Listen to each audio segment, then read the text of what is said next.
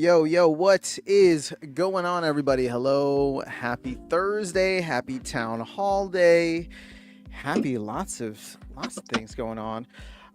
We are back after a little bit of a hiatus on these Trinity talking tournaments. So we do have a tournament starting in 15 minutes. You can still join, and if you have joined, make sure you do check in. I'm going to go ahead and do that right now here on screen. This is, as a reminder for you guys, a ghost card tournament. So you don't need anything except for one DEC to enter, and if you're a DEC short, just let me know. I'll send it to you right now. You also might be required to have a one staked SPS. Yes, You one might, staked SPS. yeah, you do have to have one staked SPS, and as of now, I have one SPS to give out, and then I'm gonna want it back because SPS is going to the moon. Nah, but yeah, hopefully we can get people checked in. Tournament starts in a couple minutes. We got Lorcas here. We should be joined by Tails very shortly. Let me change this up. There we go. And we may have another special guest on tonight. So we'll keep that a surprise for now, just to make sure they can arrive. But Lorcas, how you been, man? How's life? Pretty good. Is that snow behind you? A little bit. So we've been been hitting like mid 50s this week though. So there was a lot of snow up until like 3 days ago. Nice. I mean, you like that kind of weather though, right? So. I do. Snow's fun. I'm gonna miss winter, but it is definitely leaving right now. Yep. I mean, it is 86 degrees where I'm at. It's like flirting with the 90s. The humidity is already kicking in, so summer is very much in full effect. So to see snow there was a little jarring. Yeah, getting ready for lake season here. That should be soon. Yeah, it should be good. I mean, I'm sure you enjoy the summers too, right? I do. Yeah. I love going to the lake. It's a great time. So we were just talking about skiing for you during the winter. Yeah. What are your summer activities over there? Cycling, like paddleboarding, that sort of stuff on the lake. It's a little too cold for me to swim, so I normally do paddle sports. Cool. Yeah, but then hiking, all those things that are in the sun and the trees. Nice, man. Yeah, summer is almost here, which feels good. I'm looking forward to it. Not like right away. I still want to enjoy spring, but unfortunately, Texas doesn't really have a spring. So. How have you been? I was telling you how I've been. How have you been? I've been good, man. I was doing a lot of traveling the last couple of weeks, and I had some family come into town, and just a lot of like personal stuff going on. All good things, but I am excited to be back and talking Splinterlands. Actually, our special guest just arrived, so are you ready to hop in? You want to give me a thumbs up? I don't want to just... All right. Yes. We have the one, the only Dave McCoy. Dave, my friend, how are you? Good. How are you doing?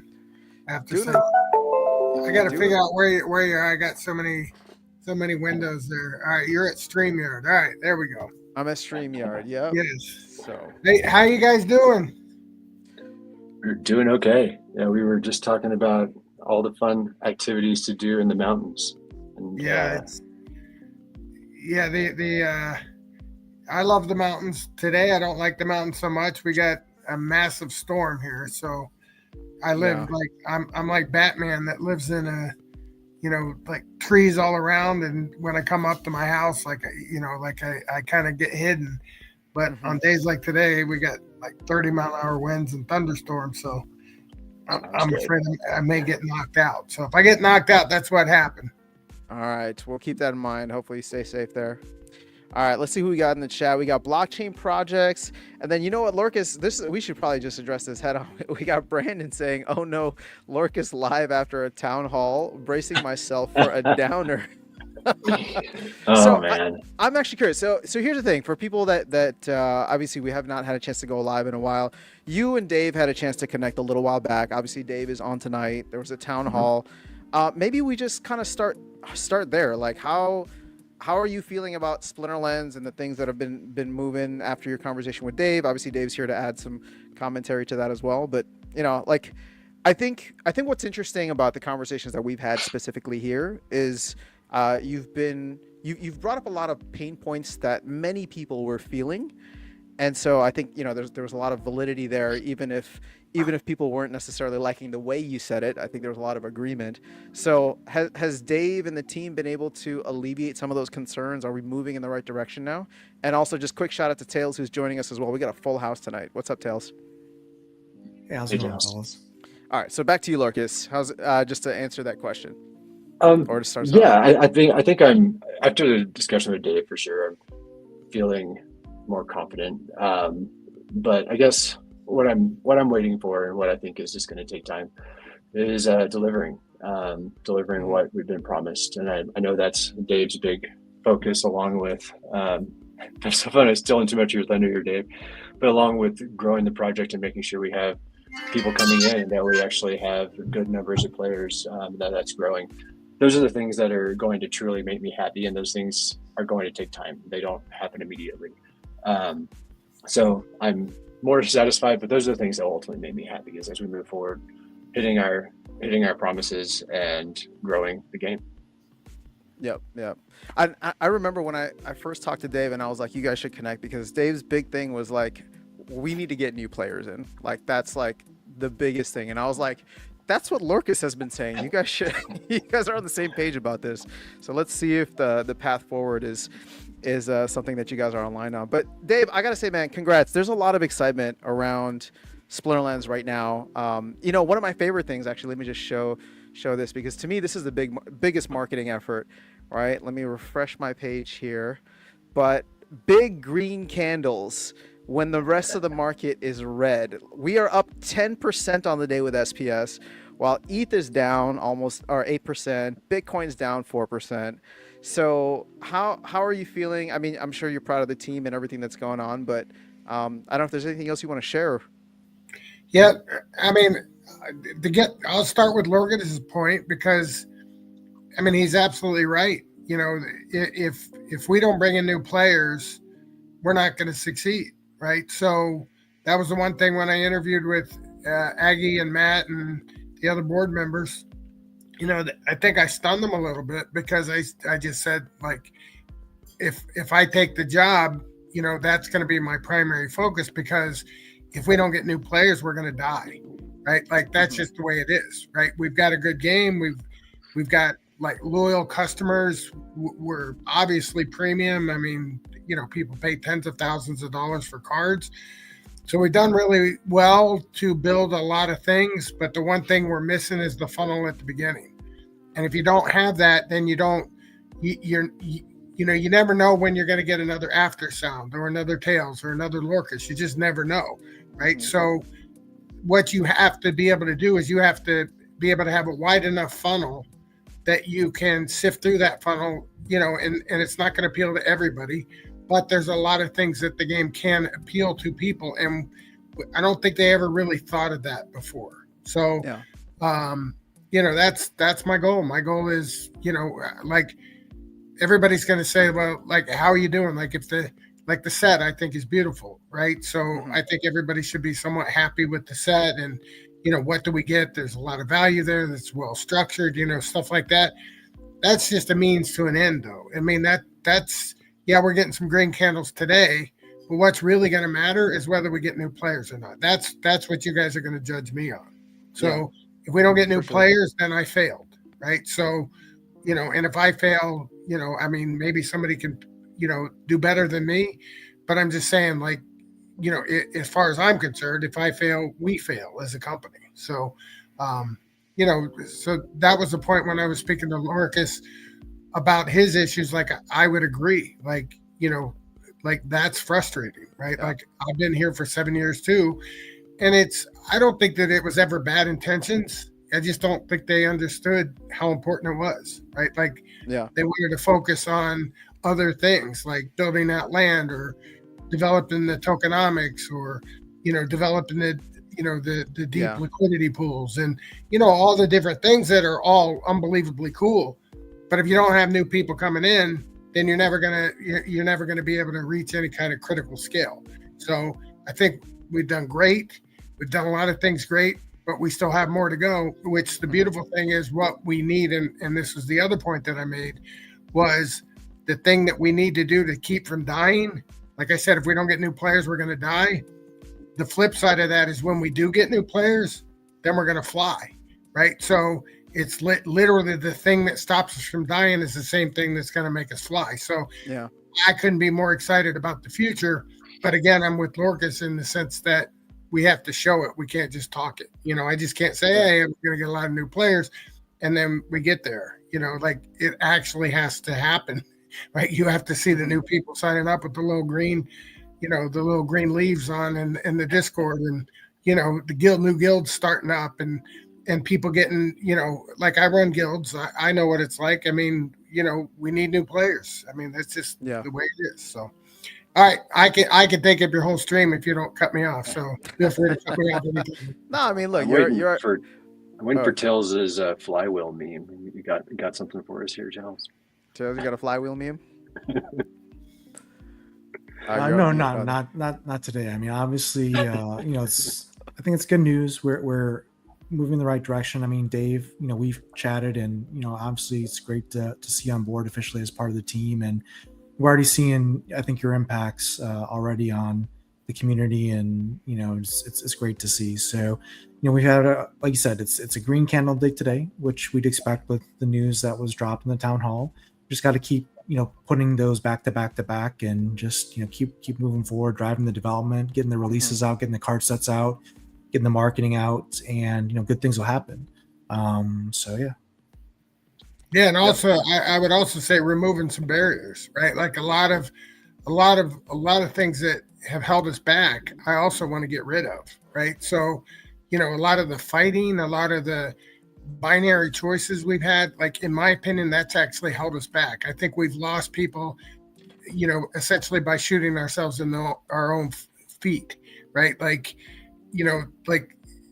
for Does instance, that mean less DAO votes? Like, because I see DAO votes to me kind of lend themselves to binary choices. So is that what you're talking about, or is there something different? Yeah, I think that's an easy way to understand it, but I mean, there are other places where binary choices matter. But yeah, from a big picture, the DAO votes typically are pitting one group against another. It's usually heated.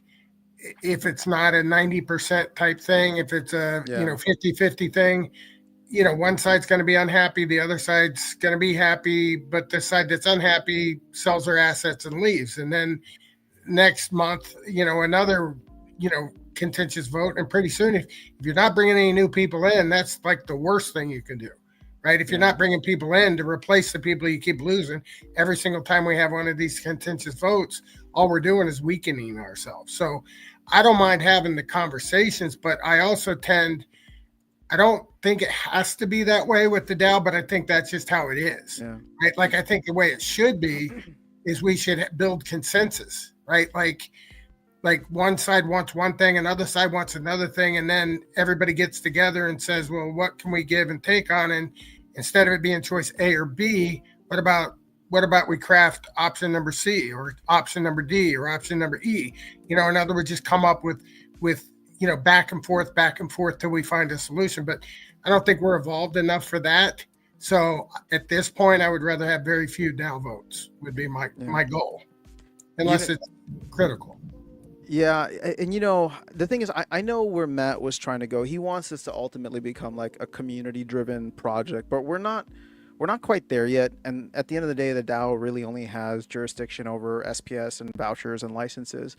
Like one of the big things that I'm hoping with you there can kind of shift is like I would rather the team just take unilateral action on stuff that's game related, right? Because you give it to the community, and everybody has different incentives and different opinions, and they're really only considering their perspective, right? Like, I mean, we're all like myopic, and we're all just trying to look at like, how does this benefit us or not benefit us? Whereas I could make the argument that the team, at least holistically, has more data to look at, has more perspectives to consider, and I would rather you guys just say this is how it's going to be. If it's game related, this is how it's going to be. Because Matt tends to push that stuff onto the DAO, and like I said, I think it's well-meaning, but then it ends up dividing folks quite a bit. And so my hope is that if you're there, Dave, you can now lay down the hammer. Well, Yeah, there was also something interesting that Dave we talked about when we chatted, and that was I thought I'm just going to give what I think your perspective was, and please feel free to correct me. And that a lot of our disagreements in the DAO and in our community would be resolved as new players come in, because so many of our arguments and fights over how to increase one thing or the other, where bringing in new players solves a lot of that. Right. 100%. In fact, I would say that's the answer to probably 95% of everything.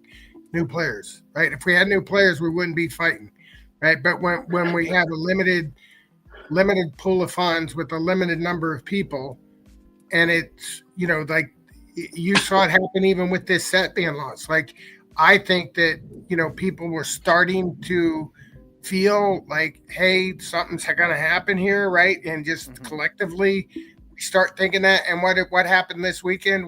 I wake up and there's like two big fights in two different rooms about, I think one was against bots and one was about burning deck, right? And it's like they're rushing to like, oh, things are going to get better now. Let's go ahead and get the thing I want done, right? And my point is, like, in fact, I said it, I think it was in one of the private rooms. I was like, guys, I don't want to vote for anything right now. Like, I will vote against everything, only because, not that I'm like taking a side on the position. I just don't think it's a right time to have contentious arguments. Like, we got to set the sell. We got new players that we need to bring in. Every single person here will benefit no matter what if we bring in new people. So I personally don't want to see these drastic changes to, tweak things, to, burn a little more SPS, or, because at the end of the day, I mean, it's pretty simple. The flywheel works. The flywheel only works, though, if we create more demand than we have supply. In other words, if more money's coming in and going out, that's what matters, right? And for, through this whole, year and a half, 2 years, we've been in a situation where, we have had the opposite. We've had more money leaving than coming in. We've got some strong people, right? But, we need to flip that around. And that happens two ways. One, you get the customers that you have spending more money. And two, you get new customers. And honestly, I think both are important, right? Like, not one or the other, but both, right? Yeah. So we tried to develop the product with the idea that, there's more value there with these extra foils, with these new types, with the way we're distributing the packs. A $4 pack buyer now can win $1,000 plus card. Things like that, are meaningful. They actually help us also in attracting new people. Like, there will be some people that will just buy a pack just because they want to see if they can win whatever, a $5,000 card or whatever it could be there. And, like, things like that are important, but also reaching out and trying to find people. And that's where I think we're going to have to lean on, the community as well as the experience. Like, the experience has to improve. So we haven't even got close to that. I know we're working on the campaign mode and things like that. We're going to have an improvement because Chaos Legion's going to be out, and, it's going to be a much different competition type scenario. But in addition to that, there's things that we need to work on, to make the game more exciting and fun, because at the beginning and end of everything has to be fun. I mean, you have to enjoy what you're doing. Nobody wants to walk into a game and not have fun. At least that's my view. Agreed. Sorry, I got my battles going on in the background here. But Dave, I have a question for I have a question, like, in terms of like new players, because I think when Andrew came on and talked about the expectations overall, I'm actually curious. I don't know if you're willing to share, like, what are your, maybe just personal, if not like, as a Split Honest team member, but like, what are your expectations for like what Conclave Arcana and whatever the marketing campaign can do? Because I think most people are under the impression that, like, we don't need hundreds of thousands of players. Like, even just a couple thousand players that come in that are meaningful additions to the game and the community can really swing things in the right direction. Yeah. So the answer is yes. Of course, if we had 2,000 more players that were like us, the people in this call, then we would be moving, right? We'd be doing great. The problem is you don't just go out and pluck those guys out. Number one, you're going to have an acquisition rate, right? So even if we found 2,000 guys just like us, we're not going to keep all 2,000. It's like they're not necessarily going to like the game. They're maybe not ready to put the money in. They may not understand it. Like there's a lot of, like I came in and I didn't spend much money for 6 months, right? Like I bought a pack here and a pack there. Now I buy lots of packs. Now I put $8,000 in or $10,000 on something, but back then, $20, $50, would have been, the most I would have done. So it doesn't happen where you snap your fingers and you just find, 2,000 guys like us, or you find a Buctus, or you find a Brave Tofu, right? You have to go after, in my opinion, a much larger ocean of fish. And from there, you're going to find people like, for instance, I give this example because I think it's something that our people would understand. Like if you brought 10,000 people, say, into a room, just random people throughout the world that they just all of a sudden heard about our game and they showed up. I'll be willing to bet you that 500 of those 10,000 people, if they knew what a liquidity pool was, they'd probably put 10,000, 15, 20,000 into a liquidity pool, right? Where they don't even know about it. That's part of the problem, right? Like they don't even know a thing exists where they can make 13 or 15% on their money, and here's the risk and how it works. I mean, it's like, so who are those 500 out of those 10,000? We don't know. But if we don't get the 10,000, then, we're not like, like if you just go hunting for the guy who wants to do a liquidity pool, that's a very hard thing to do. What you need to do, in my opinion, is just find a general demographic that you want, get enough of them, and then find the thing, appeal to the things that matter to them. So that's why when we used to have the fights about the gamer boys versus the crypto bros, right? Like that whole, silly argument, and I think I was called both, right? From each side at different times, right? Right. And I was like, neither, right? Like, I appreciate the fact that we have guys that are big time gamers, big time enthusiasts. They play Hearthstone. They know every ability and what situation it works in. Like, that's fantastic. And then there's other people that could care less about that, and they just want to put $10,000 to work and turn it into $100,000. And crypto, this is crypto, and I think they call themselves degenerates and things like that, and that's cool. But then we also have a whole bunch of other people too, right? Like I would actually classify myself as, number one, a casual gamer. Like I like simple things like solitaire and Monopoly and things like that, where I just I'm not going to play every day for the purpose of being on the leaderboard. That's just not me. But that doesn't mean that you guys shouldn't want me to be in the ecosystem. Like I happen to have a good enough time just playing my brawls and playing X amount of ranked whenever I can get around to it, right? And then there's collectors. There's the guy, we have all kinds of categories. We have like the land guys, which are, sort of like you could throw them into a world building class, right? There's like all kinds of different people that we could appeal to.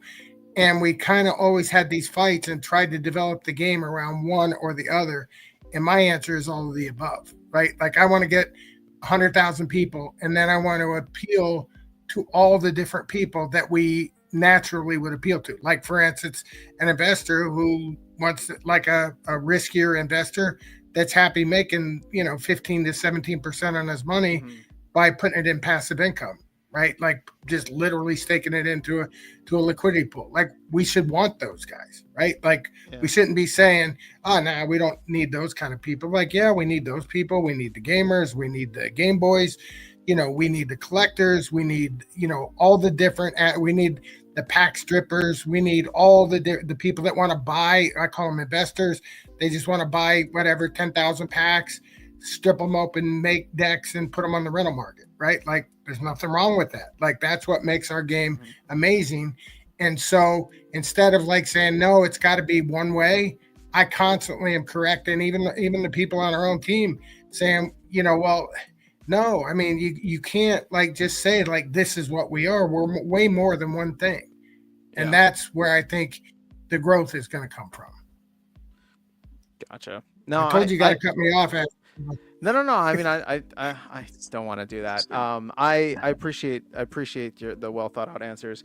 And you and I talked about this at length. I mean, we had a good conversation where it's just like what's always fascinated me about the Splinter Lens ecosystem is it's so diverse. I mean, people can come in and you can like literally find an interest in anything, whether it's the DeFi side, whether it's the gameplay side, and for the longest time, it's just everything's whether just it's been tower down. defense side or the tower defense side for those. I mean, I thought I was a tower defense player, but I guess not. But yeah, no, I appreciate the fact that you're trying to do this in a much more holistic way and focus on providing something to everybody. And I think that'll go a long way, and especially with like the collector stuff in this set. I was just thinking about it earlier, and I was talking with Walking Keys actually, and he, we were going through. He's more of a collector, so he's really excited about this. And fun fact, he and I we were on the phone, and we both bought more SPS today. So there you go. You can see how bullish we are. Nice. But he was talking about how this type of like collector stuff is exactly what he was hoping for, because he's seen it in other NFT projects. Now we're starting to implement it here. So whether we're learning, whether we're adapting, I think it's good because it applies to a lot of different folks. And I feel like the lessons learned from Chaos Legion into Rebellion were good.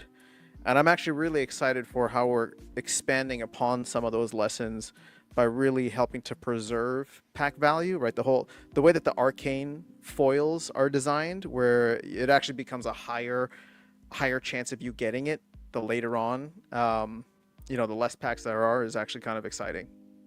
Yeah, that's the one thing I'm glad you picked up on. I figured you would, by the way. And, I know I've told you this personally, but for the people that are listening, I mean, you're one of the guys that, I'm surprised you're not in my space in the financial side of the world, because you have a very good grasp on, I just pretend really good online. You do a good job, and that's actually one of the things I'm actually most proud of, and I think is going to be the thing that takes the longest. If you notice, we had it, and Matt talked about it today, but we intentionally made there be no bonus to buying early, right? Like if you buy on the first day of the pre-sale or the last day of the pre-sale, you get the same bonus. And in the past, they were always trying to incentivize guys to like move early, right? Like the reason why I don't want to make people move early is because I think it's takes some time to actually figure out how all this works. I mean, it's a very complicated design of how we're putting out these packs, how they're going to work, what the dynamics are behind it. And that's the one point you just brought up that I think is extremely powerful, because in the past, we kind of like sold everything that we did in the pre-sale, which means all the existing guys like got whatever they wanted. And then we just skated through to the end, and really wasn't a whole lot of demand because we didn't have any new players. The way this is designed is as time goes and packs get burned, like if the same thing was to happen, we're going to have a massive amount of cards in those what are called hit buckets, a massive amount of these like one-of-ones and like super rare cards, and we're going to have burned a lot of packs. So the denominator is going to like shrink massively, and then all of a sudden towards the end, people are going to be like, I want to buy, I want to, like right now our packs for Rebellion are over the price they paid. After this end of this set, it wouldn't shock me to have $10 packs, for instance, because we're going to know exactly what's in those packs by the end. And that's I think going to be pretty exciting, because I think there's going to be a lot of speculation at the end, which we didn't have, right? And not only that, everything in between is a big deal too. I think about like where Rebellion packs are at right now, and it's like, man, people would be kind of hand over fist trying to open up Rebellion packs if like the chances of getting a black foil in Rebellion packs were high right now, right? So it's just like I said, it makes things interesting. I think people would have speculated more on Rebellion at the end. And so again, imagine if the number one if the tofu, imagine if the number one tofu was still out there, right? The one of one Black Foil Arcane was still not open. Tofu. And here we are at the end. Like, what would those packs go for? They wouldn't go people for would be chasing $4. them. Yeah. That's a good point. All right, let's catch up on some of the chat here, and guys, feel free to throw some questions in here for Dave if you have them. We'll try our best to keep up with it. So Aaron Kennedy's here. We got Keegs in the house. Blockchain says I accumulated 400,000 SPS in the last 10 days, all under a 0.06 average. That's amazing. Love it. All right, Lorcus loves the accumulation as well. Aaron says, I think the game has a massive improvement from a couple of years ago. I agree. Dave coding the rounds, talking to everybody. Dave's a man. Our Brandon says, more sales solves 95% of business issues. I don't disagree with that. That does solve quite a bit. A bull run fixes all problems, or at least masks them well enough. Bullish on Dave. You got a big fan here, Dave, from Aaron. Aaron's good people, Thank too. you. All right, Nicole says, new players under these conditions, card prices, pack prices, and rewards are just another flywheel hook they will throw at us for another 4 years. Well, look, everything's cyclical, Nicola. So, I mean, if you can't figure out how to make money on the next boom, then I don't know. That's all I'll say. And again, I have no idea what's going to happen. I mean, crypto is crypto. We follow the 4-year cycles until they're broken. So Aaron says, get players for the game and not the money, and the money will come naturally. There was a good one. Oh, so Bolt says, Dave is on here. Thank you, Supreme Victory Studios. Now, this is a good one from Bitcoin Sig. Maybe we can dig into this one a little bit more. He says, I feel like if a crypto game can't stand with its current player base and requires new players to work, then it's going to seem like a Ponzi scheme. Now, I would like to address this one if I can. Go ahead after you. Yeah. Well, so actually, let me hold back. Go for it. You can start. I totally get this sentiment, and I think if that were how this game were designed at the beginning and how our ecosystem worked, that would be potentially very bad. But that, to me, that's not the situation we're in. We're in a situation where we have lost a lot of players and maybe lost a lot of bots that were contributing to the ecosystem at different points in different ways. And trying to keep up with attrition is very different, or keep ahead of attrition even is very different than a Ponzi scheme. And to me, that's much closer to where we are. But that's kind of what I was thinking about it when I saw that. I thought it was a great question and certainly worth asking. Mm-hmm. Yeah, I agree with that. Dave, you have any thoughts on this? Sure. Before I give mine? You got to be careful. You ask me an open-ended question like that, of course you're going to get an answer. So I think, number one, whether it's a crypto game or any business of any kind, if that's a great point. If we're only relying on giving out money, then we're not going to survive, because everybody can't make money and then and expect to survive. Like, at some point, like, the money's going to dry up, and then people are going to say, okay, well, I'm not making money, and then they're going to leave. And that's somewhat what we've seen. I think the difference here between why we're not going to die relative to many other projects that have failed, because that is what they relied on, was money. Like, they literally paid people to play, and I understand we have play to earn, but I think that we're much more than that, and we just didn't know it. So, for instance, there's a social aspect to the game. There's the collectible aspect to the game. There's the fun aspect to the game. There's the, the belief in the future, that a lot of people don't have, that people here do. Like, in other words, it's like, why do people buy Bitcoin, right? I mean, if you think about Bitcoin, why would you even buy Bitcoin, right? Like, you buy it because you think in the future it's going to be worth more, right? So there's that kind of mentality. So I think that when I say we're going to get new players, I don't think we're going to get new players because we're going to pay them to play. I think we're going to get new players because we're going to design a game that they enjoy and that they get rewarded for playing, but not necessarily money in the form of SPS, for instance. Like, I think there's things we can give them. Like, when we first started, there was no such thing as SPS, and we did just fine. There was no such thing as deck when we started. We actually earned cards. So when I got here, we played to earn cards.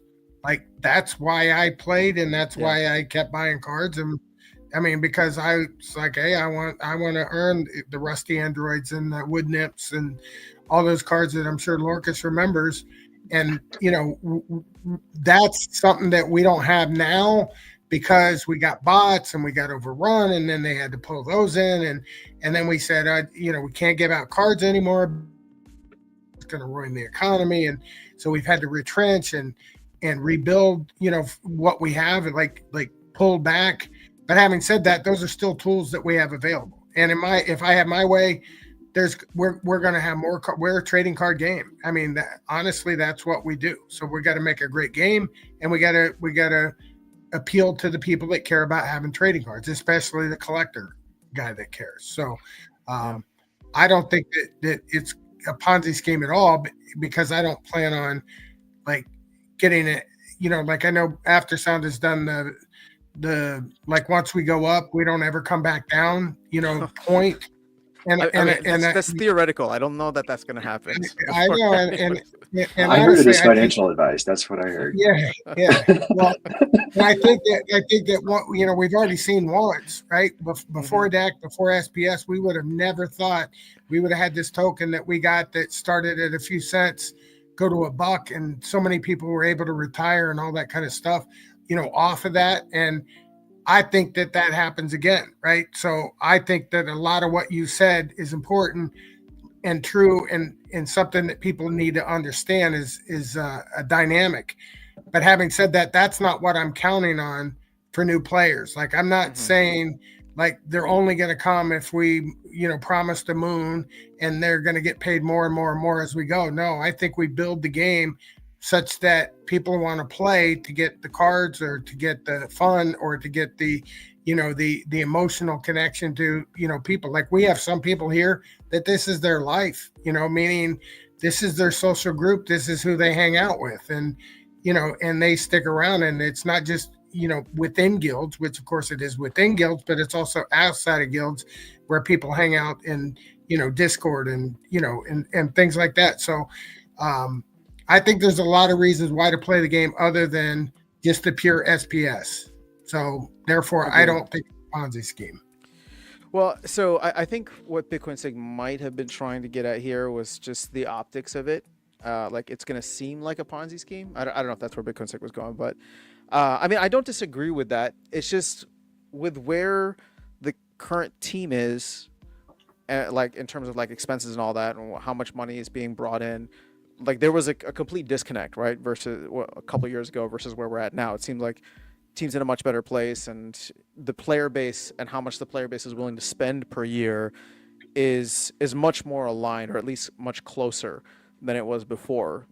Meaning that if we can continue to grow from here, and it doesn't need to be a lot of growth, but it's just if you get players that are excited about a game, and this is what you and I were talking about, Dave, where it's like the 1,000 true fans theory from Kevin Kelly, where it's just like if you have players that are willing to spend X amount of dollars per year, right? And for some players it might be, hey, I'm gonna spend $10 and buy a couple of packs every month, right? Or for other players it's gonna be, I'm gonna buy the entire set every time a new set comes out. I'm gonna buy an entire set. Or maybe you'll even get like I'm gonna chase this until I get every black foil arcane card that I have. But if they're willing to spend that much every time because they believe in the product. Again, it's not about an investment, but they believe in the product. They're getting entertainment and now collectible value out of it. Then that's something that is sustainable in the long run. And then you build it up slowly and steadily based on that growing player base or waning player base, right? Because maybe some people leave after a little while. But the idea is if you make a product, you continue to iterate on it, and you don't have these huge boom bust cycles like we saw with Chaos Legion, then and this is what I was talking about with like the SPS going up forever type of thing, right? Where it's just like, I'm not talking about SPS shooting up and then never coming back down. In fact, I think that's more likely to happen. But what I would prefer to happen is that we never have this volatility with SPS, but people just value it for what it can give you in the game, whether that's rewards or access to things. And we go up slowly and steadily because people don't want to part with their SPS. And therefore, the only way that, SPS, or we can get new DEC whenever there's a new set or a new promo card or a new land feature is the team having to buy SPS from people who are willing to part with it at that price. And then it stays there because people don't want to part anymore until it goes up another 5 cents or another 3 cents or whatever it is, right? That would be, again, the theoretical side of like SPS kind of going up on a long enough timeline, slowly and steadily, because people value what it allows you to access in the game. But we're not quite there yet. But we are moving in that direction, I feel, or at least I feel a lot more confident about moving in that direction now. So does that mean that you're a proponent of this idea of having rewards and going that way to kind of force that over time, or would you be a proponent of not doing that so they stop printing quicker? Like, what's your feeling on that after some? Well, one of the ideas that I was trying to put out there, and again, I'm not even tied to it, but it's like somebody was talking about a halving, right? Or Dave, you and I even talked about like if we should implement some kind of halving. I think a halving is too abrupt. It causes too much disruption in the market. Like, it's great for Bitcoin miners because then it like realigns everything, but for a game, you don't want to have something that jarring. So I was thinking you every month you reduce or you pull out 1% of whatever's in the pool and use that for rewards. And theoretically, if you're doing 1% relative to what's in the pool, you never run out.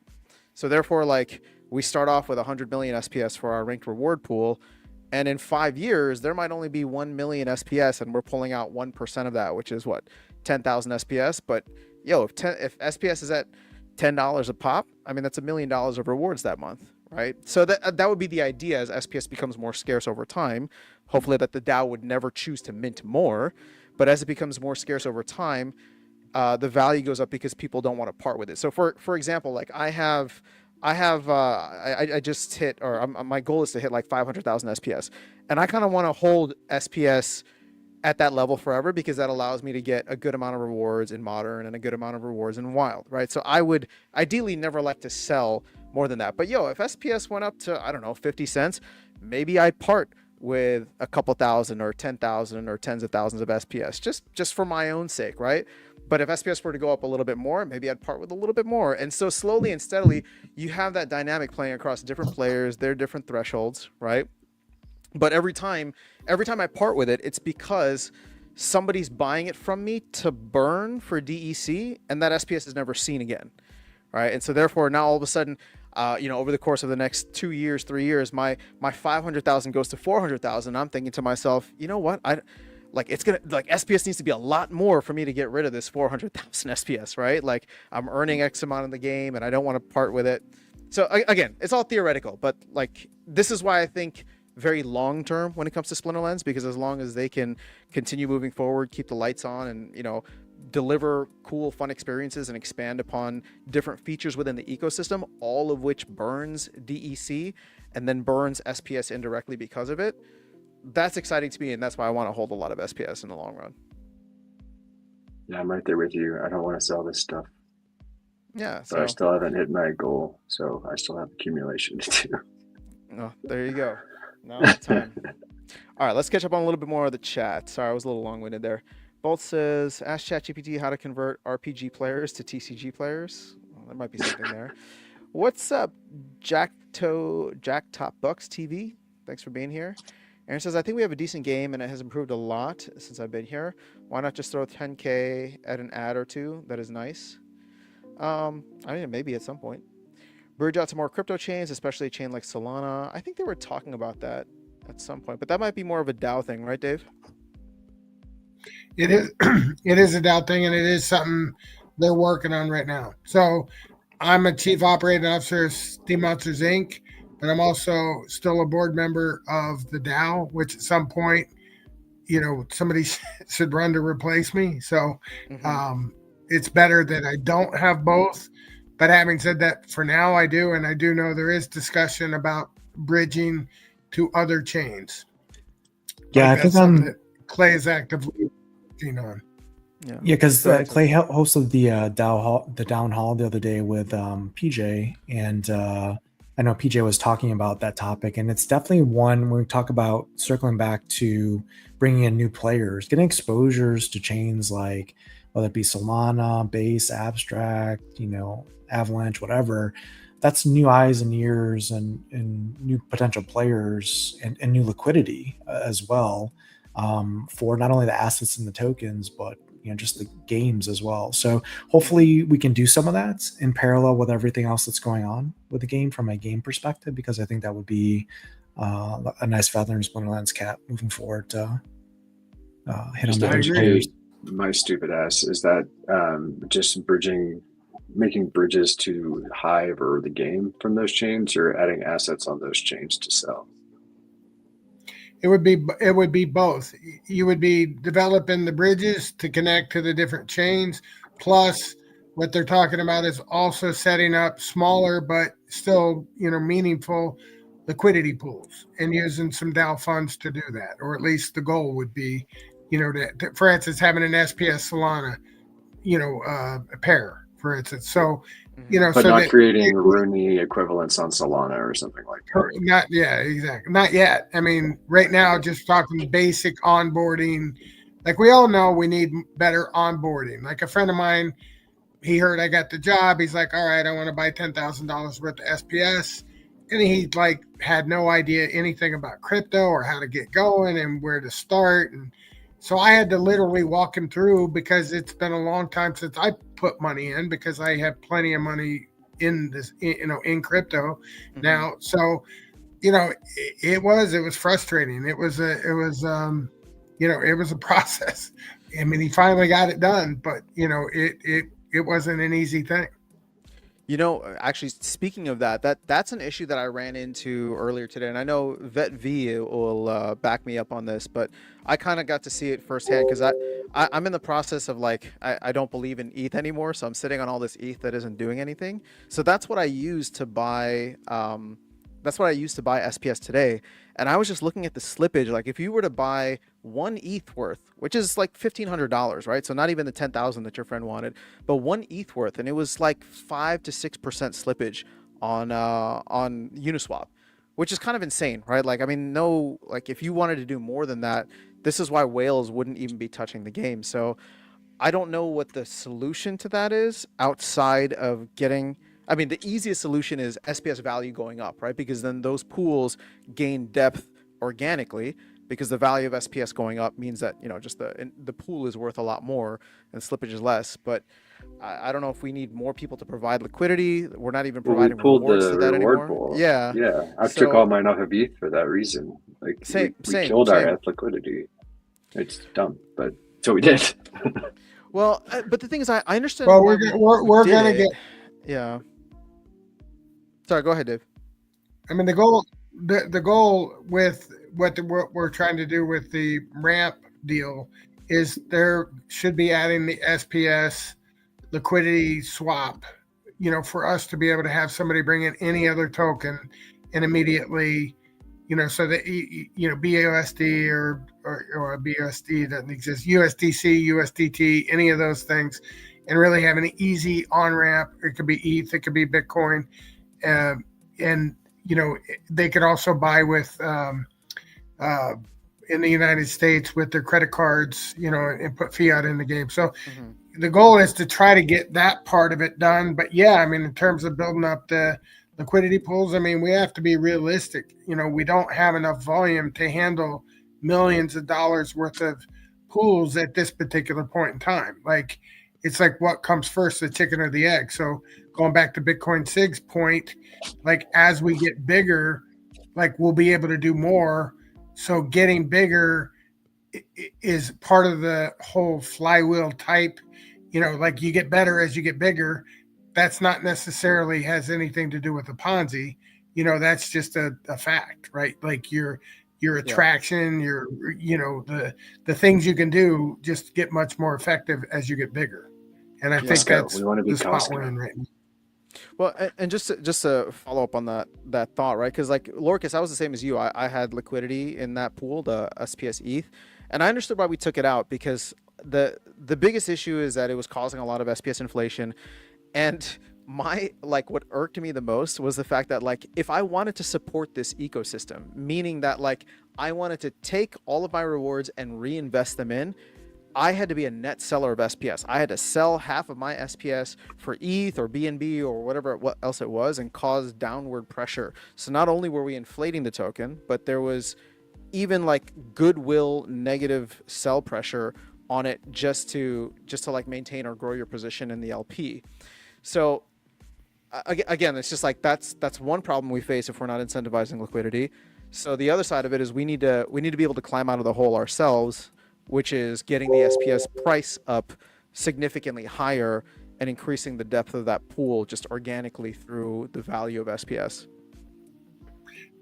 Which is going to be done by creating value.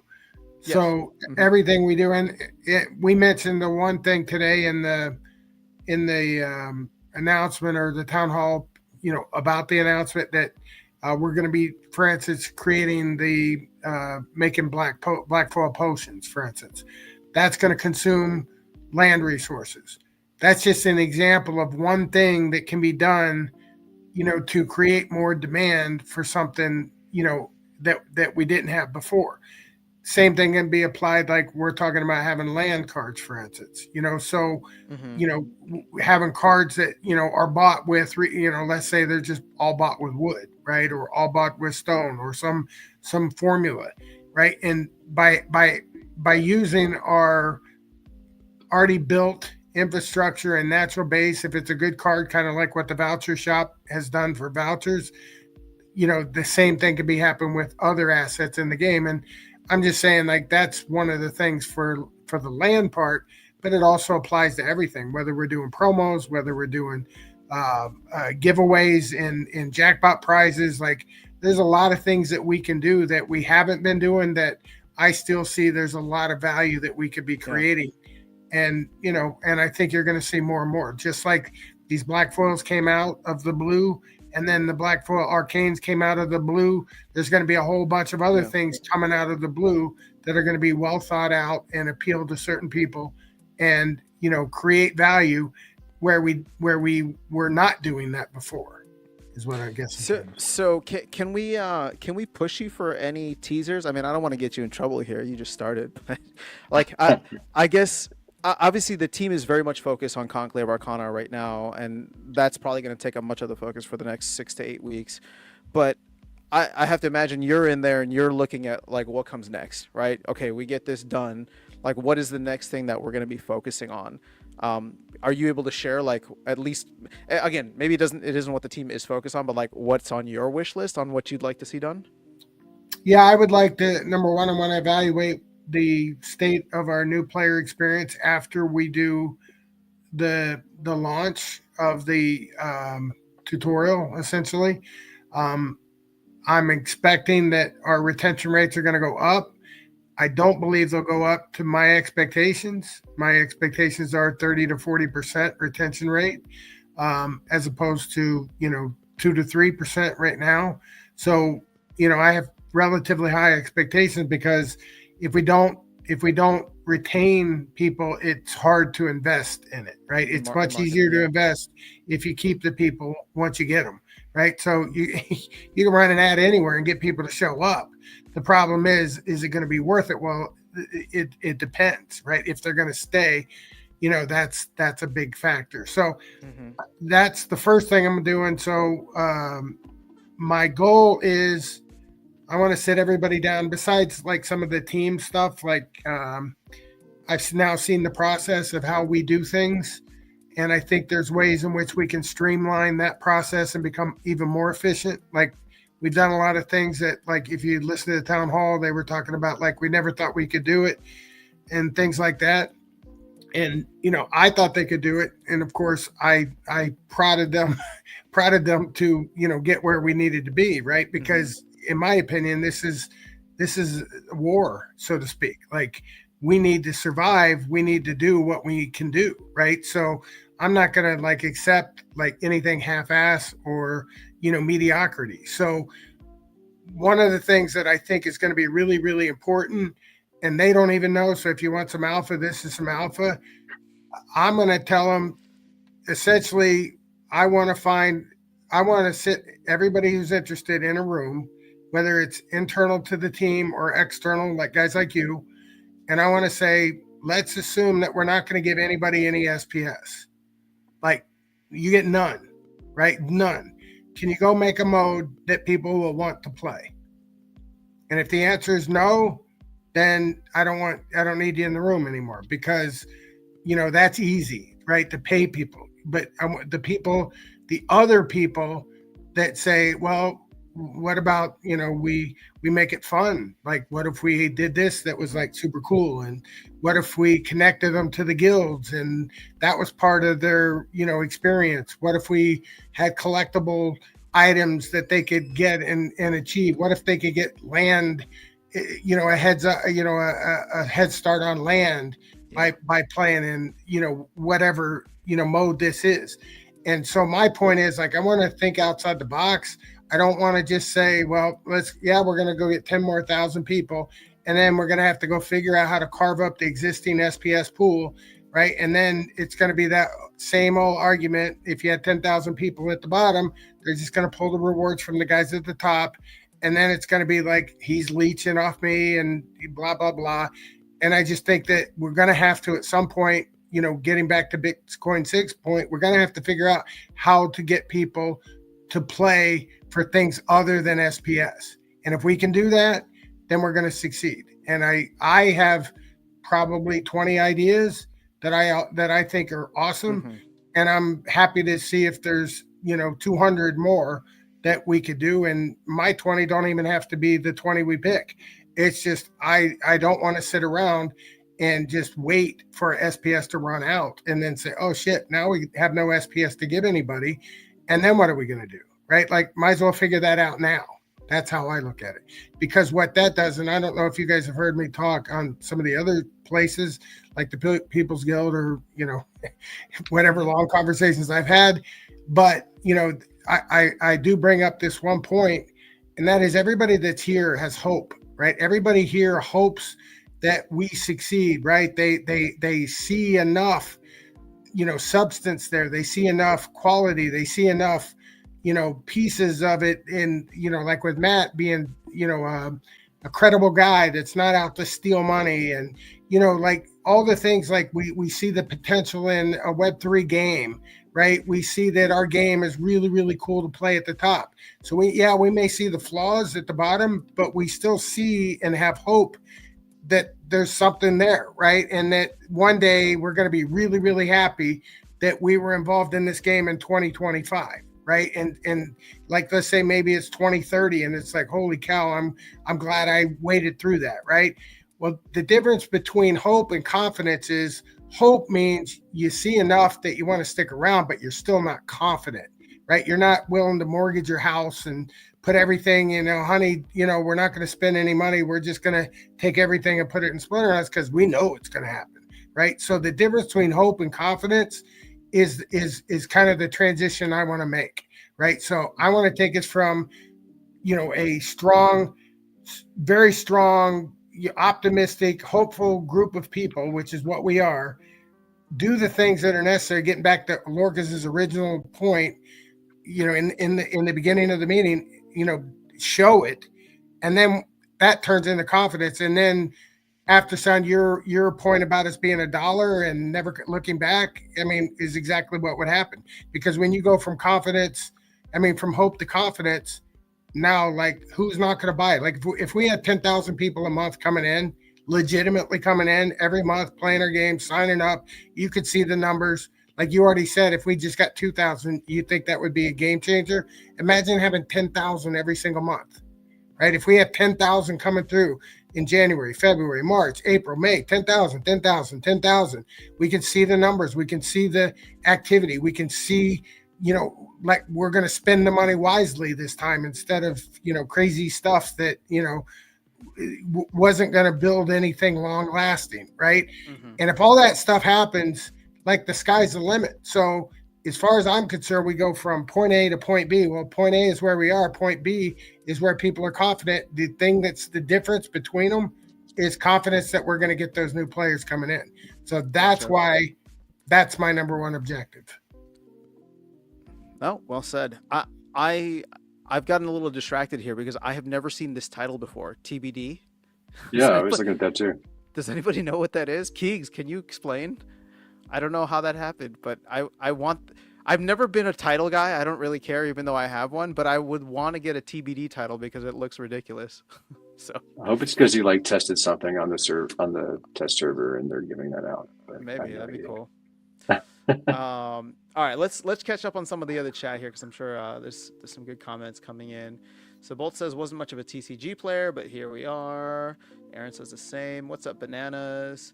Tower defense wasn't exciting as I was expecting. I wish my unopened nightmare pack. Oh, this is you, Lorcas. You know what's funny? I sold, I don't know, maybe a week or two ago, I sold all of my tower defense packs at a stupid loss, but I sold them all for SPS because the game just wasn't doing it for me. I don't know what to do with them. Like I opened plenty to play and I still have too many. So yeah. I don't know. Bolt says, so we can do it again once we get that land 2.0, which to my surprise is being developed quickly. Smash the like button. Thanks, Blockchain Projects. All right, Bolt says, we don't want new members chasing that golden ticket. Bitcoin 6 says, land is keeping me busy. It's much harder to maintain all the plots and get everything you want now. And that's going to get worked out really well difficult. For Willy Wonka having people chase a golden ticket. I think we should do that. Yeah, we should have a bunch of Charlies running around. Why don't we want somebody chasing golden tickets? I think he's being selfish. I think he wants to be able to chase the tickets himself is all he's saying. Just being cheeky. All right, Bolt says, I tell new players only buy what you need, not what you want to sell. Maybe campaign mode theme should be constructing your favorite element. But hey, actually, speaking of campaign mode, nobody really talked about that today. Are you able to give a rough timeline? Is that pre or post Conclave Arcana? I mean, we're trying to get it out 2 weeks before the launch. We're not as confident on that because all the other stuff that we have to do takes priority. Mm-hmm. And, you know, as each day goes by, like we didn't even know what we were going to be able to show today 2 days ago, right? So like each day stuff is happening, each day stuff is being made. And, you know, I would say the goal is to have it done 2 weeks before launch. Based on what Matt said today, he would say that the goal has been somewhat, like even if it's on paper 2 weeks before launch, it's probably on launch. Like that's kind of what I read. Gotcha. I mean, okay. I think we get there, but I mean, it's not like we're gonna like start the marketing campaign, you know, the second we you know, May 13th we launch, and May 13th at 4 p.m. you know, there's going to be a massive barrage, you know, of ads running or something. So if it was on the 15th, it's not going to matter, is my point. Gotcha. Okay. Well, hopefully it'll come soon and give people an opportunity to try that. All right, let's see what's next here. So Bitcoin 6 is after sound. This is exactly how I meant it, that new players and outsiders will see it like a Ponzi scheme, or rather detractors will critique. Okay, so I think you and I were on the same page, Bitcoin Sig. Yeah, I mean, obviously people will have to look a little bit below the surface, but I'm actually much more confident. Well, the thing is, so much of our narrative right now is we need new players. So I don't know. I mean, that's kind of the truth of it, though. We do and we want and need new players, but actually, we should change it to we want new players, but we don't need new players, even if we need new players. Sorry, just semantics here. All right, Dragon says, hey, I'll mischeck in. All good, man. I like the semantics, but I think just the reality is that you can't keep everyone forever. You need new people just to maintain. Every business needs new customers, period. Yeah. So it don't matter what you do, you're going to need new people. We see how important it is because we're the ones that have stuck through a 1.5 drought. I mean, it's not going to be a 1.5 drought once we get new people coming through the door. We're still going to have the same focus, though, on new players. Like, that doesn't really go away. So it's just going to mean less. It's going to seem less desperate, I guess. Yeah. Once we have them, and then that becomes the comment. I mean, to your point, every business, no matter what industry they're in, is always trying to get new customers. I think what Bitcoin Sig was trying to get at is just because we exist in or adjacent to the crypto realm, whenever you say you need new players, it's always going to be seen as some kind of Ponzi scheme. But the truth is that it comes from the top down, right? I mean, even the smartest people in finance don't understand Bitcoin. They still call it a Ponzi scheme, right? So that's what it is. Yeah, I mean, I would say, I mean, we've been around 7 years, right? We've been 7 years that we still have a vibrant game. We still just did $600,000 worth of sales on the last sales that we did, which is the promo set, right? So we did that without any new players. So it's not like we're saying we need new players or we're going to go to zero like next week. I'm saying, like if we don't get new players eventually, we'll go where every business that doesn't get new players goes, which is zero, right? Like at some point. So I'm just saying, like, I mean, I'm old, man. I mean, I don't have 50 years to mess around. Like if I'm going to make an impact, we got to get new players or else. Yeah. I mean, the game could still be here, long after I'm dead. But, while I'm here, the only thing I can make sure that we can do to succeed is make sure we flip it around and actually really focus hard on getting those new people. And again, I'm not talking about new people like Bugtus. I'm talking about the guys that want to put in 10 or 20 bucks, play a $5 battle pass this season or, whatever the case may be, because you never know where you're going to find your whales, right? Like whale hunting is very, very hard to do, very lonely, very hard to get, Just nice to eat. Dave, you're getting me worried here. Make sure you eat your vegetables, okay? We want you around for the long term. Get 8 hours of sleep, eat your vegetables, all that stuff. We have some good questions coming up. Make sure you get to those. Okay, let's jump down here. So Bolt says, would hate for new players to experience the turmoil. Yeah, I agree. All right, but I didn't miss buying more SPS just in time. Same here. Bitcoin 6 says, I'd like to see more agnostic cross-chain application. Yeah, hopefully we'll get that. Aaron says, yeah, we need to make it easier. GG's. Oh, GG's to Lucid Burrito, I think is who I lost to. Hope you win it all. One of my biggest gripes. What's up, Merlin's Matrix? Dave, I will send you multiple game modes to Supreme Victory Studios. So Bolt says, question for the stream. Which NFT Splinter card was your biggest seller of all time? Is this one of the questions you want to get to? Oh, I don't even know what this question means. This is about, I don't sell cards, so what does this mean? Which NFT Splinter card was your biggest seller of all time? It's not true. I did sell some gold folded Rebellion. I think Bolt is asking the rest of the stream. Let's jump down to the next one. So that question I got. Could you comment on your meeting with Double Coconut? Oh, did you have a meeting with Double Coconut? I did. Essentially, I talked to David over at Double Coconut, and I was aware of some large SPS holders that wanted to have a vote, and Clay also had been reached out to as well. And the vote was going to be essentially like, we're not getting any value out of this, and they're not doing what they were supposed to do, blah, blah, blah. So I reached out to David and said, look, something's got to change. The way it's going is not working. So you're in danger of us completely, of the DAO, stopping, the SPS, in which case I think it would be, bad for you guys, right? Meaning Double Coconut. He understood. He basically said he's open to negotiation, like whatever that means, like however to make it work.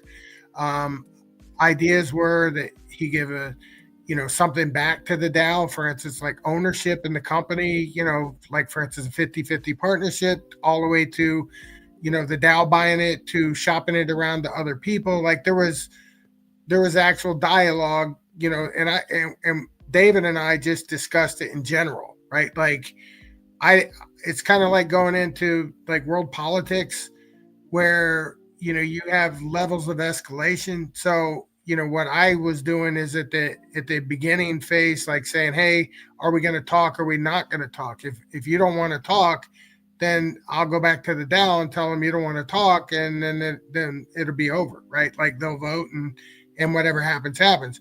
But if you're willing to talk, then I'll relay back to the DAO that you're willing to talk and let Clay know. And then Clay can talk to you, and then he can go back to the whole community and say, here's the plan. So he basically said, we want to talk to Clay. Clay's willing to talk to, Jangles and Matt Clark, on the board, to make sure they were okay with conversations taking place with, Clay being the head? And the answer was yes, that it would be. So Clay's been out on his honeymoon, kind of his late 1 year honeymoon. Yeah. But, he's out this week. But they've touched base since then. I don't particularly, I look at myself in the middle. Like, this isn't a Splinterlands thing. This is just Dave, being in the middle, trying to solve a problem, right? So I realize, like, it doesn't do any good to threaten anybody or, say Agreed. anything, like throw your hands up and yell at the other guy. Like, let's just get down to business. Like, what do you guys want, and how can we make it work? And so I think that I'll put it this way. I got the impression from Double Coconut, they didn't want to wash their hands of it. Like, they weren't like, hey, we're happy to give it back to you, kind of thing. Just give us something fair and you can have it. Like, he I wouldn't say fighting for it, but he was, They don't want to give up on it.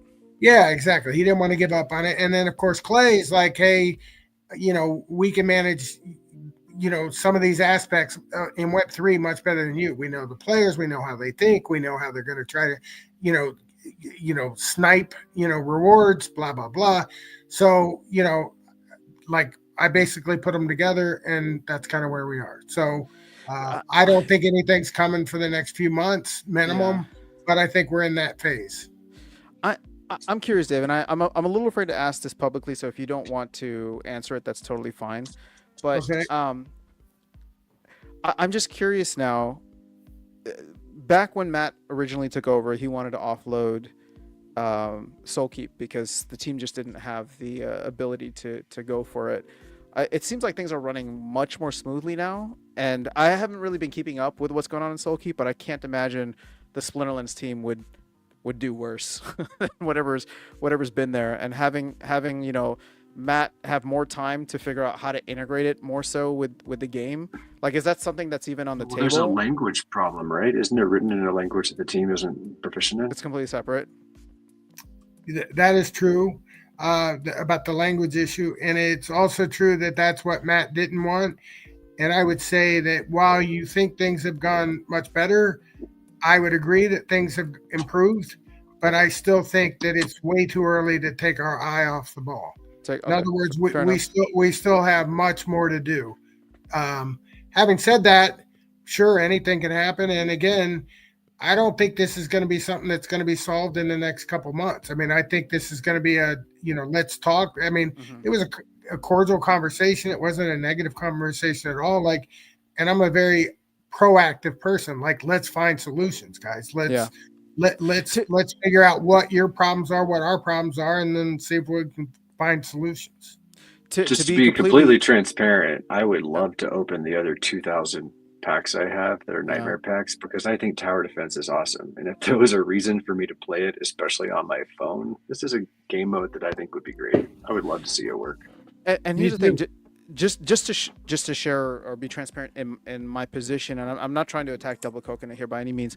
I would actually, even though my stake is insignificant, I would vote against removing the rewards, because it's almost like admitting defeat. I would want us to work with them collaboratively to find a solution, rather than just being, hey, we're going to take our ball and go home, because that doesn't send a good sign to anybody else in the future that may want to work with the DAO.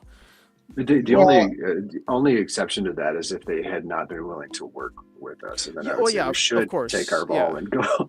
Well, and that's kind of where I was getting at. Obviously, David from Double Coconut is there and open. It was more so just out of curiosity that I was asking, like, if they hadn't been, for example, how is the team feeling about taking this back? Yeah, but that's purely hypothetical.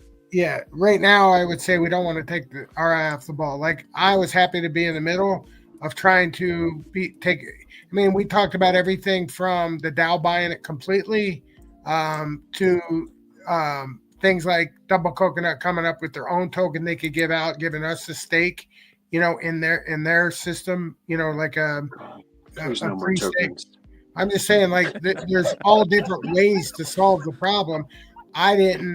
I'm not like pushing anyone. I don't, my goal is, like, we have to figure out how to make it work. Right. And right now it's not working. Right. So without finding a solution, we're just going to sit there and, the guys in the DAO that do have a lot of SPS don't like seeing all that SPS go out every month to people that are essentially, leeching off the system, I guess would be the simplest term. Like the money going out is really just going into a few people's wallets. And in terms of the Double Coconut is not able to manage that process very well because they don't know our players like we know our players. I mean, we've been doing this for 7 years. The thing is, like, part of the reason that I don't want to turn it off is because it's such a small and insignificant amount of SPS. It's 1 million SPS per month, 12 million per year. Like, I wouldn't mind another 12 million of inflation to give them an opportunity to figure it out, by the end of 2025 or another however much that is, right? Another 10 million. Like, I want them to take their time and actually figure it out because they've already put a lot of time and energy into it. Rather than pull the plug, it doesn't make sense. And by the way, that's their position too. In other words, we sunk hundreds of thousands of dollars into making this work, and we would like to see a return on the investment, just like the DAO. We understand would like to see, return in some way off of their investment, whether it's money or goodwill or happy players or whatever the case may be. So they understand that, and I don't think we're in danger of turning them off, to be quite honest. I think that's good. We were in danger of turning them off, right? But, again, the answer was let's pause and talk. And that's basically where we are. Gotcha. All right. Sorry, I completely lost track of the tournament here, but congratulations to, Tails, you made it all the way to the semifinals. And then Bronze Forever, who is new. I don't think I've seen this username before. And Brother of, I don't think I've seen these usernames in our tournaments before. So we're getting some new folks. Yes. Do we have people that if they're in chat, let's request what they want. Let's yes. So if you landed in the top 10, go ahead and go to the details page, and you can see this little list here. Take you to a spreadsheet and show what's available, and you will get a week-long delegation of a pretty cool card from Lorcas. So if you're in the top 10, go ahead and throw your IGN and what's that called, and whatever you'd like into the chat, and we'll go from there. Speaking of chat, let's catch up with the rest of it here. Keek says, haha, I am helping doing the CA testing, but it's not from that. It's one of the titles that was awarded to the people who spent $10,000 on the Untamed Kickstarter. Oh, okay, that's awesome, actually. Yeah, I would use that title all the time. I would never. But he hasn't claimed it. Like when he claims it, it's no longer TBD.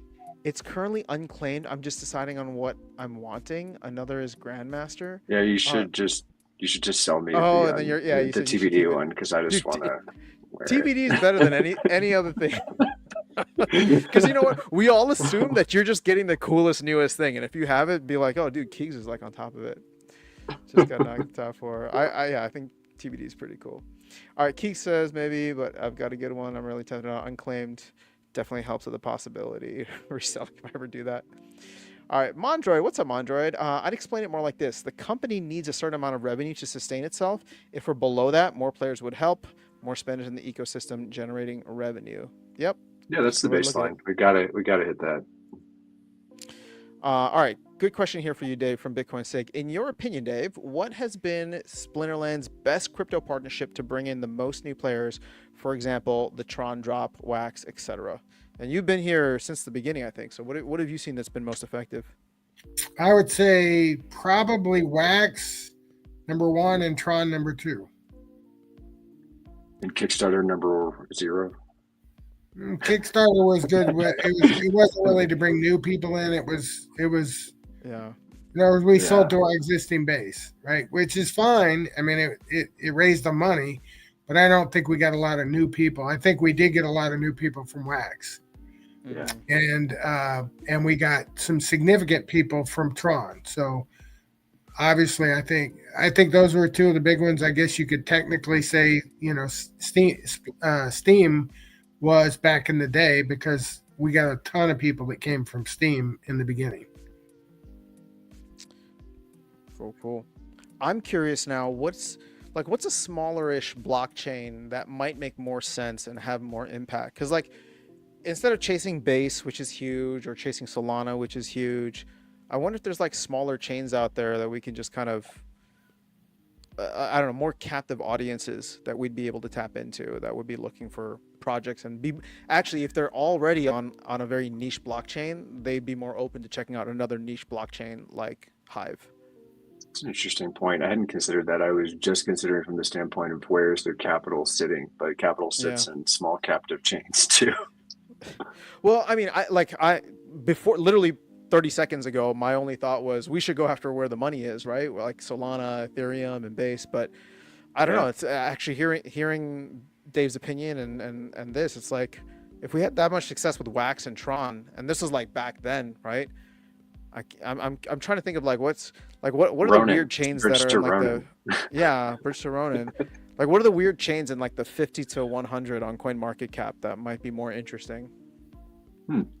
I think there's a lot of those kind of opportunities, because right now, if you almost everybody you look at, their token looks like ours. In fact, our coins now looks better than theirs. Just the past few weeks, right? But most coins are down like 90%, even the big ones, right? So they're all wanting to talk. They all have an interest in collaboration, and that's kind of what I think is the way to go, right? Like I think, like what we did do with Wax and Tron, like I would love to see that repeated on many times over, even on the big ones too. Like I agree with, I don't forget which one of you guys said it, but I think doing like, the Solanas and those kind of bridges, even if we're not directly, if they're so big that we're not directly connected to them, just by being connected through, our token having a bridge, I think helps, right? Because that's what people are using. It makes it a lot easier. If they can get their token in the game, it makes it a lot easier. Like that's probably what, in my opinion, that's one of the things that holds a lot of people back is it's like, I don't want to have to go get a new wallet and go figure all this stuff. And then I pay 5% to do this and 8% to do that. Pretty soon I'm out 20% on my money before I even move it over. I do think we need to get on Solana. Like that still is at the top of the list for me because a lot of folks in the US still can't get on BNB, and most people just don't want to deal with the gas fees on ETH, even though the gas fees on ETH are significantly better now. So it's like if you were able to get on Solana and then create that TerraBlock bridge or whatever we're using so that they could just literally connect their Phantom wallet or Solana wallet in game, like basically send it from Coinbase, send their Solana to their wallet, swap it on some decentralized exchange there, and then pull it into the game. That'd be significantly easier than dealing with trying to figure out BNB or dealing with the fees on ETH. But maybe we should be pushing ETH right now because ETH is dying. All right. Bolt says, all I know is Brave Tofu is going to drop at least 20,000 on legendary packs. I'm curious, Larkus, have you given any thought to what you might purchase for Conclave Arcana? Some. I don't really have an answer for you. Okay, we don't need specifics. I'm more so just curious if you find the Alchemist and Legendary packs appealing. Not even that you're going to commit to it. I'm just curious, like if the different pack types are appealing to you. Legendary's not. Alchemist is because I run gold foil deck. Okay. So potentially, I guess I'm just trying to decide how many I want, if I actually want a full gold foil deck, and if I do, if it would be great to have more regular foil decks from opening standard packs and more of them, or if I want to rush to gold foil. So those are kind of the thoughts and plan around it. Fair enough. Blockchain says, but double coconut are useless at communication. Yeah, many people are. Yeah. Benet says the problem has always been that they're giving out a lot of SPS to just a few people. But see, I actually don't view that as a problem. If those people are playing the game, then and they're being rewarded. I commented too later. Oh, you did? Yeah. Okay, hold on. I came from a Brave ad. I think Darkest Night did too. Yeah, we should get back to Brave ads. All right. The distribution profile lends itself to extraction for sure. That's the problem I have with giving it to a few people. With giving it to a few people. All right. Yeah, Well, you're just making it way too obvious to just sell it. It's I don't love that. well, especially if they can like just rent the cards that they need, exploit the system. Because the cards are not worth much because not many people are making much from it, and so it just kind of makes a problem where it seems very likely to me that most of that distribution is just getting sold.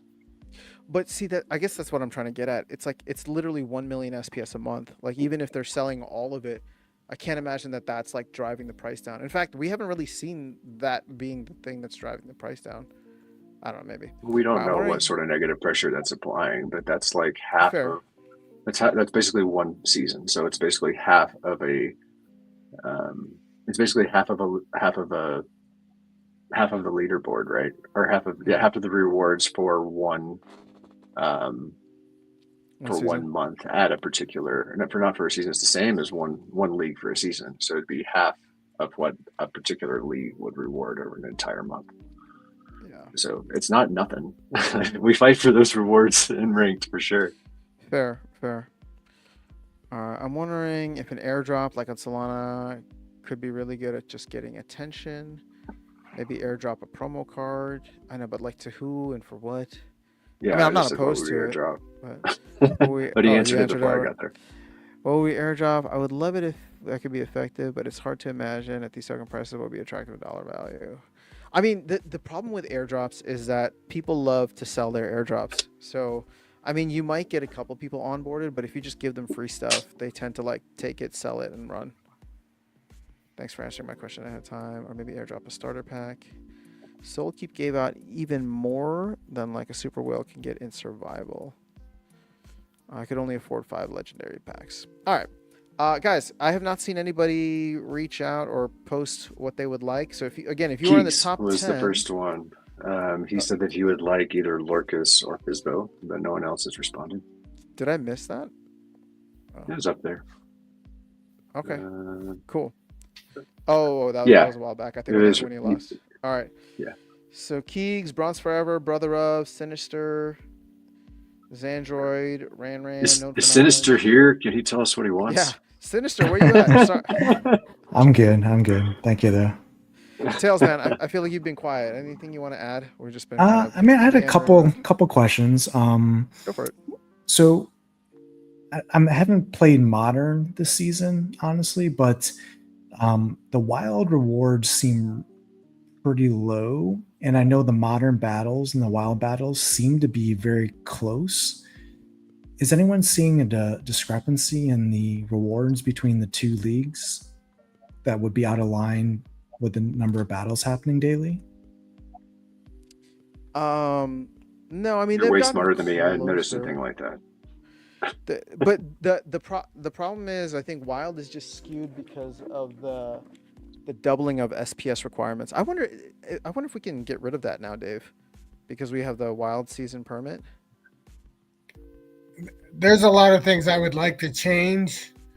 Rather than getting rid of the doubling of the SPS, I would like to provide incentives for people to play.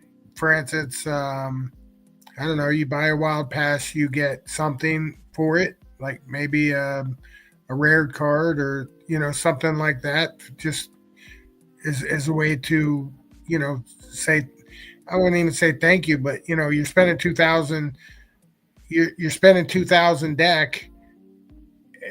I think that we're only getting the high end players, and that's fine, except for I think we could be attracting people that want to play in silver, for instance.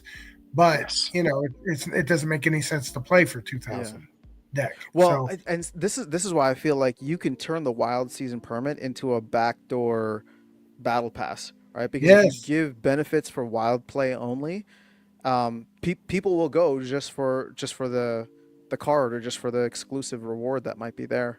right, and it could be a wild only card, so it doesn't affect the modern players at all, right? Whoa, So wait, that would be cool. Like, can we? Would it be blasphemous if we were to create like a new untamed promo card? I wouldn't call it untamed promo card, but you could do a card that's playable Only in wild. in the wild mode, right? Like I Well, wouldn't like call it like a new alpha card, like alpha was done, 7 years ago, right? hmm But there could be But how else cards would you for modern? you do retro cards, for well, instance. I guess that's what I'm trying to get at here. Is like if you put it technically in the untamed bucket, therefore it's like playable in untamed tournaments or untamed brawls, Yeah, yeah, yeah. You stuff could do like that. that. Yeah, absolutely. Like it wouldn't touch it. Like it's not available in packs. Like all of that is done. It's not a reward card. It's just, hey, we're gonna like retro something here, and like we're gonna Yes, associate this. Like, and they could even do something fun from a lore perspective. And be like, we're gonna time travel back, and here, like we're gonna send someone back to the Untamed days, right? yes, yeah. The answer is yeah. We can do that, and that's the one thing that I think is hilarious. That like I'm a pretty creative person just by Mm-hmm. nature, and every time I like think of something, and I have brought it up when I was outside the team, I always got the yeah, we really can't do that, right? And now I'm the guy who can say yeah, we can do that, right? So now when we bring it up, like I bring it up, and they're like, no, we can't do that, and I'm like, why? Right? And it's like blows the mind. Like, well, why can't we just have a wild only card, or why Yeah. can't we have a gladius only card, or like there's a lot of different things. Why can't we have a land card that gives certain bonuses on land, right? That we can only get, by either winning it in a certain mode or an airdrop for staking our battle wagons. It's like battle wagons, for instance. Why can't we use battle wagons to stake our beta cards, right? For a season and earn something on those. Like the answer is we can do any of these things. They didn't want to go beyond Beyond like that, the yeah. basics. That's all. So to answer your question, sure. If you like the way I look at it, like if you guys can think of it and you think it would be fun, let me know. If you think of it and you think it would be fun, or Oh no, we lost Dave. I'm all about that. Yeah. Did you guys lose me? Oh, we just For for a a moment, second. you're but back. We got All right, you. am I Yeah, you're okay? back. Yeah, Brandon says this is so fun. Idea is good. Dave agrees and says, yeah, we can do that. And boom, CO can back that up. I mean, I gotta say, Dave, the one thing that I appreciate most, just in the limited conversations we've had, actually even the conversations we've had before, but now that you're COO, is you do have a very can-do attitude. We got really into the weeds. I think our call was like 2 hours long, and you asked me for ideas, and I was like, all right, Dave, it's gonna get weird now. So I started throwing out a bunch of ideas, and you're like, this is good. This is good. I'm gonna run it by and see what we can do. So yeah, I'm hopeful we can get more of that.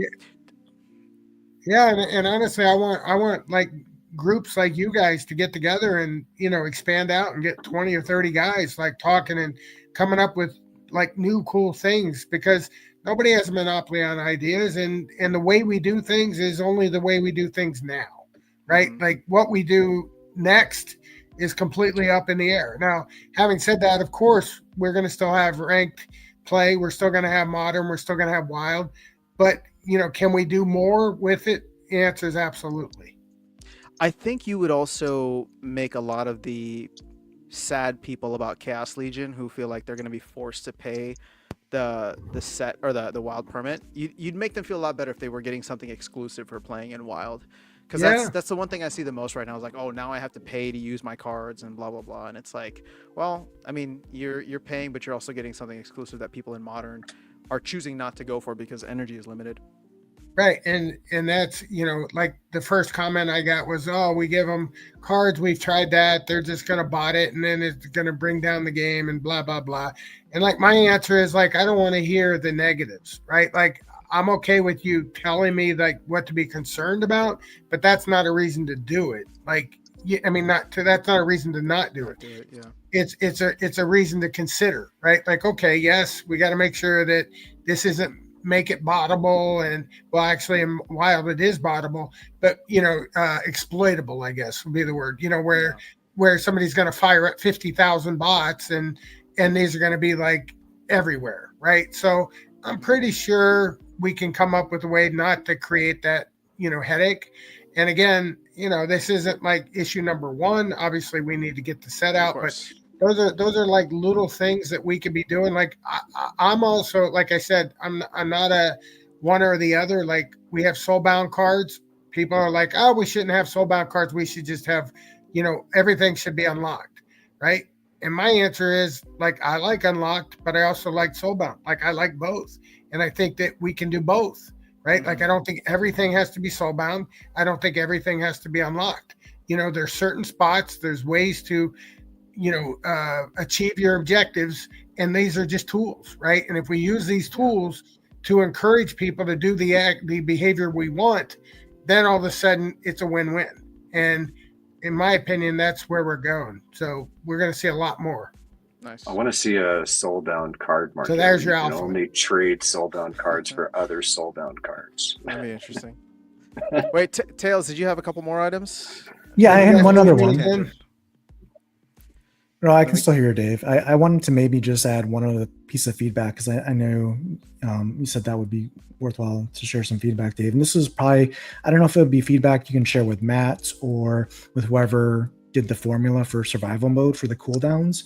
But I will say that one of the things that Matt's always said is his goal is to make you always want to level your cards to max level, right? To combine cards and to play at the highest levels of the game. And one of the things that I'll give whoever designed the survival mode cooldown to kudos for is it really encourages you to, the way the mode currently exists, to max level your cards for two reasons. One, because you currently don't have win streak bonuses. Every win matters. Like you need to win a lot more than you lose to go up in the league levels.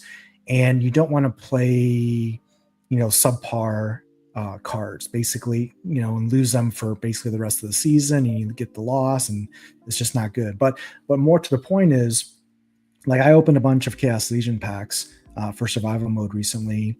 And there are a number of cards in Chaos Legion, probably more even in the Rebellion set, where you don't want to max level them because there's not really a benefit, because the max level is usually double the previous level in a lot of cases. So it's a pretty big investment. Like Legionnaire Alvar, you have to spend 5 BCX to go from level 3 to level 11 on regular foil, and you get like Deathblow, which he's never going to use. Or you got Chaos Knight that just gets a health at max level.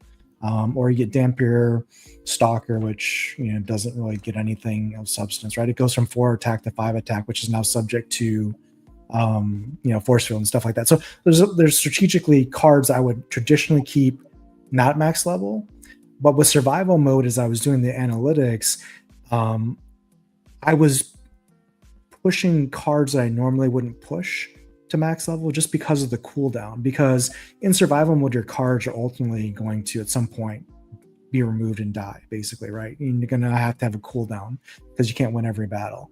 And if you win every battle, you can't keep all your cards alive. So the cooldown is an important metric in survival mode. And the way it works now is because it's a percentage of BCX that affects the time for cooldown, you kind of want to max level cards, even if you don't want them for the stats, because you want to max level them for the cooldown efficiency. Yeah, for basically guaranteed battles in the season, right? If you have 15 or 14 days in the season and they're going to eventually lose, you get so many uses. So basically, instead of creating more cards to use, you create cards that come off cooldown faster. And it also, at the same time, you think, well, if survival mode changes, and then am I screwed because now I basically, can't use these. I have these cards that are over leveled and I have no use for them. Well, now you look at land, it's like, well, if I max level for land, I'm maximizing the DEC and the production points. And then even if you look at selling, like if you look at the changes that were done in the market, like you don't want to list one BCX Chaos Legion cards for a penny when it costs like 20% or like 10% just to list it from a DEC fee, and it may not even sell for a penny, right? So you want to, if you look at the market, the dynamics have shifted so that you're not really getting discounts on max level cards because most people are listing max level cards for all these other various correlated reasons, right? So I guess my feedback would be is the work that's been done over the last several years across different parts of the game is working. There's incentives to max level stuff in survival mode, in the card market, in land, so that people shouldn't be afraid to kind of try and min max and under level stuff. So I just wanted to share that feedback as I was going through that recently, that exercise, and I was like, this makes a lot of sense. I like this.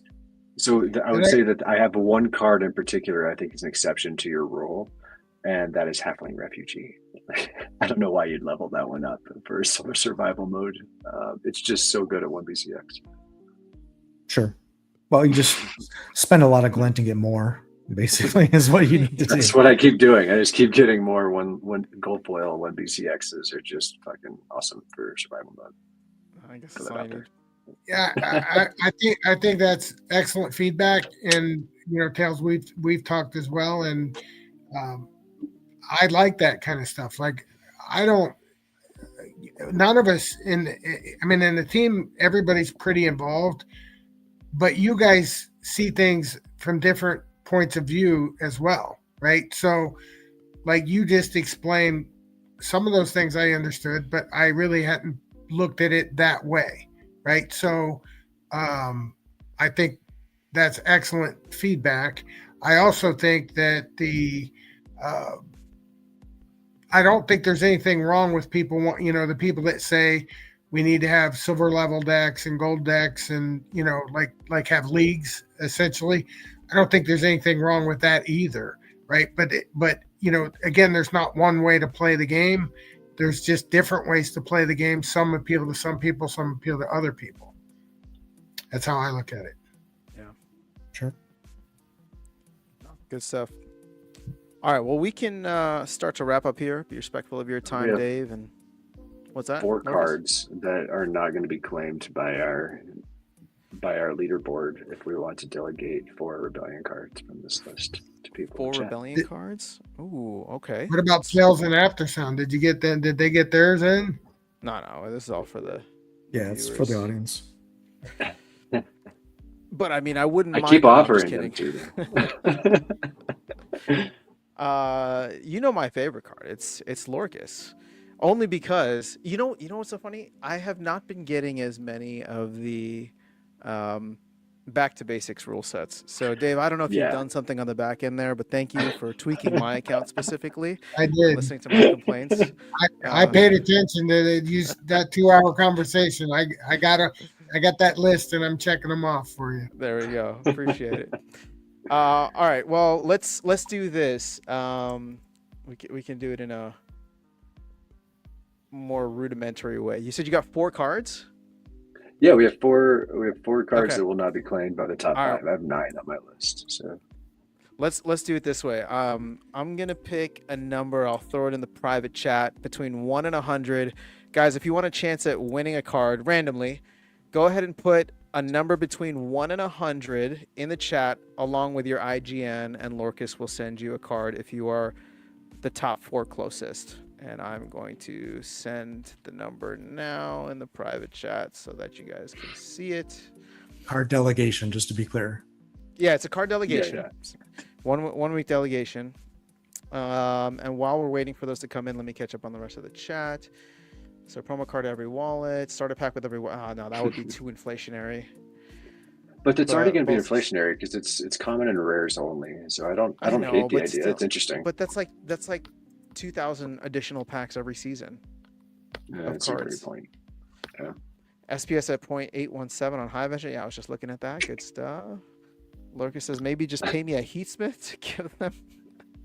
Lots of Heatsmiths out there. Keeg says I like the idea of a retro set that comes out each season. Yeah, hopefully we can get there. Free Heatsmiths brought to you by Blockchain Projects. All right, I must have thousands. I'm gonna throw out a game mode. Ooh, Bitcoin 6 says I'm gonna throw out a game mode for you. Table mode. 5 players attack the player to your left. Sounds fun. I like it. I like it. Honestly, is it just like literally a survival mode? Like you keep going until there's only 1 person left?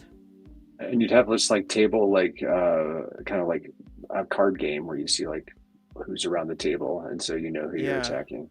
I mean, I would love anything that involves more than 2 people. So there was like a 2v2 idea that was floated around for a while. That'd be pretty cool.